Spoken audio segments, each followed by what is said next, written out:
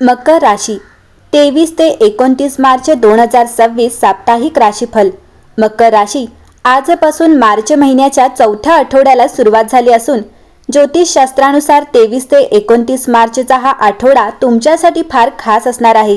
या आठवड्यात अनेक राशींना नशिबाची साथ मिळेल, कारण या काळात ग्रहांचे मोठे संक्रमण होत आहे, जे शुभ संकेत देत आहेत, ज्यामुळे तुमच्या जीवनावर सकारात्मक परिणाम होऊ शकतो।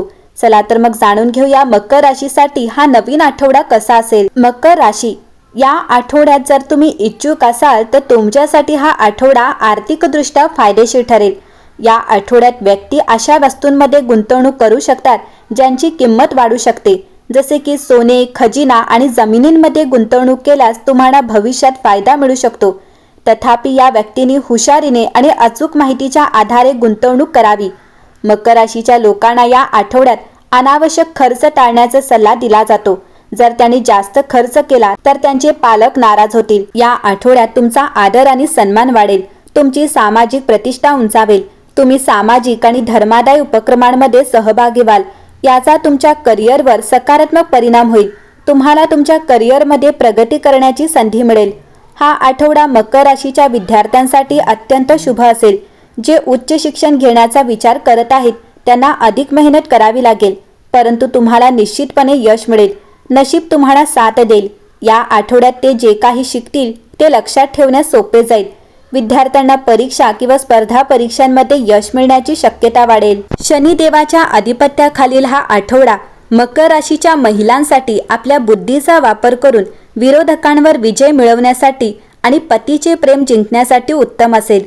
आठवड्याची सुरुवात 23 मार्च रोजी वृषभ राशीतील चंद्राने होईल, जिथे सर्वार्थ सिद्धी आणि रवियोग तयार होत आहेत, जे सुरुवातीपासूनच तुमच्यासाठी काही खूप चांगली बातमी घेऊन येत आहेत। त्यानंतर 25 आणि 26 मार्च रोजी दुर्गा अष्टमीच्या शुभ मुहूर्तावर चंद्र मिथुन राशीत प्रवेश करेल, ज्यामुळे तुम्ही तुमच्या कठोर परिश्रमाने प्रत्येक कठीण कार्य सहजपणे पार पाडू शकाल। 27 मार्च रोजी रामनवमीच्या शुभ दिवशी चंद्र कर्क राशीत प्रवेश करेल, जिथे तुम्हाला तुमच्या जोडीदाराकडून पूर्ण पाठिंबा मिळेल।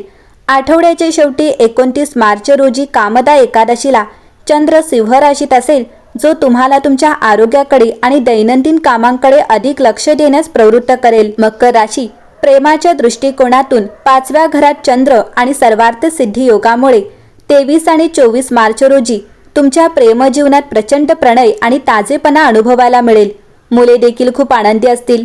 25 आणि 26 मार्च रोजी दुर्गा अष्टमीच्या दिवशी 6व्या घरातील चंद्रामुळे घरगुती कामांमधून काही थकवा येऊ शकतो, म्हणून जुन्या मुद्द्यांवरून आपल्या जोडीदाराशी वाद घालणे टाळा।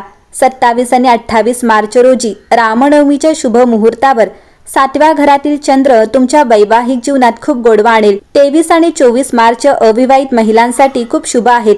5व्या घराच्या प्रभावामुळे अविवाहितांना त्यांच्या कॉलेज, ऑफिस किंवा मित्राच्या माध्यमातून तुमच्या आवडीचा प्रेमळ आणि समजूतदार जीवनसाथी मिळू शकतो। 29 तारखेला कामदा एकादशीला 8व्या घरामुळे घरात अनावश्यक संशय किंवा गोंधळ निर्माण होऊ शकतो, म्हणून आठवड्याच्या शेवटी शांतता राखा। शनिवारी साध्या पोळीला थोडे मोहरीचे तेल लावून ते एका काळ्या कुत्र्याला किंवा असहाय्य प्राण्याला खाऊ घाला। करिअरच्या दृष्टिकोनातून 23 आणि 24 मार्च रोजी 5व्या घरात असलेल्या चंद्राच्या प्रभावामुळे मकर राशीच्या लोकांना त्यांच्या नाविन्यपूर्ण आणि उत्कृष्ट कल्पनांसाठी त्यांच्या वरिष्ठांकडून मोठी प्रशंसा मिळेल। तुमची बुद्धी तल्लख राहील। 25 आणि 26 मार्च रोजी दुर्गा अष्टमीला 6व्या घरातील चंद्र तुम्हाला ऑफिसमध्ये निर्भय बनवेल। जे तुमचा मत्सर करतात किंवा राजकारणात गुंतलेले आहेत ते तुमची मेहनत आणि वेग पाहून मागे हटतील। 27 आणि 28 मार्च रोजी रामनवमीच्या वेळी 7व्या घरातील चंद्र भागीदारीत काम करणाऱ्या लोकांना महत्त्वपूर्ण लाभ मिळवून देईल। 29 मार्च रोजी कामदा एकादशीला 8व्या घरातील चंद्रामुळे ऑफिसच्या कामामुळे अचानक धावपळ निर्माण होऊ शकते, त्यामुळे कोणत्याही महत्त्वाच्या फाईल्स इतरांकडे सोपवणे टाळा। कामावर जाताना किंवा कामाच्या ठिकाणी तुमच्या पर्सच्या एका लहान कोपऱ्यात 3 अख्खे काळे मिरीचे दाणे लपवून ठेवा। आर्थिकदृष्ट्या मकर राशीच्या लोकांनी 23 आणि 24 मार्च रोजी त्यांच्या बचतीतून, शेअर बाजारातून किंवा एखाद्या हुशारीच्या गुंतवणुकीतून अचानक तुम्हाला मोठा फायदा मिळू शकतो। 25 आणि 26 मार्च रोजी 6व्या घरात असलेल्या चंद्राच्या प्रभावामुळे जुनी कर्ज फेडण्याचा मार्ग मोकळा होईल, जर कोणी तुमचे पैसे रोखून ठेवले असतील तर थोडे खंबीर राहिल्यास ते परत मिळण्यास मदत होईल. 27 आणि 28 मार्च रोजी रामनवमीच्या 7व्या घराच्या गोचरामुळे तुम्हाला तुमच्या पतीच्या कामातून किंवा व्यवसायातूनही मोठा आर्थिक लाभ मिळेल. 29 मार्च रोजी कामदा एकादशीला 8व्या घराच्या प्रभावामुळे तुम्हाला गाडीची दुरुस्ती, आरोग्य, इतर अनपेक्षित खर्चांसाठी आणि आर्थिक खर्च येऊ शकतो. त्यामुळे या आठवड्याच्या शेवटी तुमच्या पाकिटाबाबत अधिक काळजी घ्या. शनिवारी एका स्वच्छ लोखंडी खिळ्याला थोडे मोहरीचे तेल लावा आणि ते तुमच्या तिजोरीत किंवा पैसे ठेवण्याच्या जागेत ठेवा. यामुळे तुम्हाला फायदा होईल. आरोग्याच्या दृष्टीने मकर राशीच्या लोकांना 23 आणि 28 मार्च दरम्यान उत्तम आरोग्याचा आनंद घेता येईल. तुम्हाला पूर्णपणे तंदुरुस्त आणि उत्साही वाटेल आणि तुम्ही न थकता दुर्गा अष्टमी आणि रामनवमीची सर्व तयारी आनंदाने पूर्ण कराल. मकर राशी 24 मार्च नंतर प्रेमसंबंध सुधारतील, जेव्हा भावनिक वातावरण अधिक उबदार आणि अधिक अभिव्यक्त होईल. जर तुम्ही अविवाहित असाल तर एखादे प्रेमळ आमंत्रण स्वीकारण्यासाठी किंवा पूर्वी सहज वाटणारा संवाद पुन्हा सुरू करण्यासाठी ही चांगली वेळ आहे.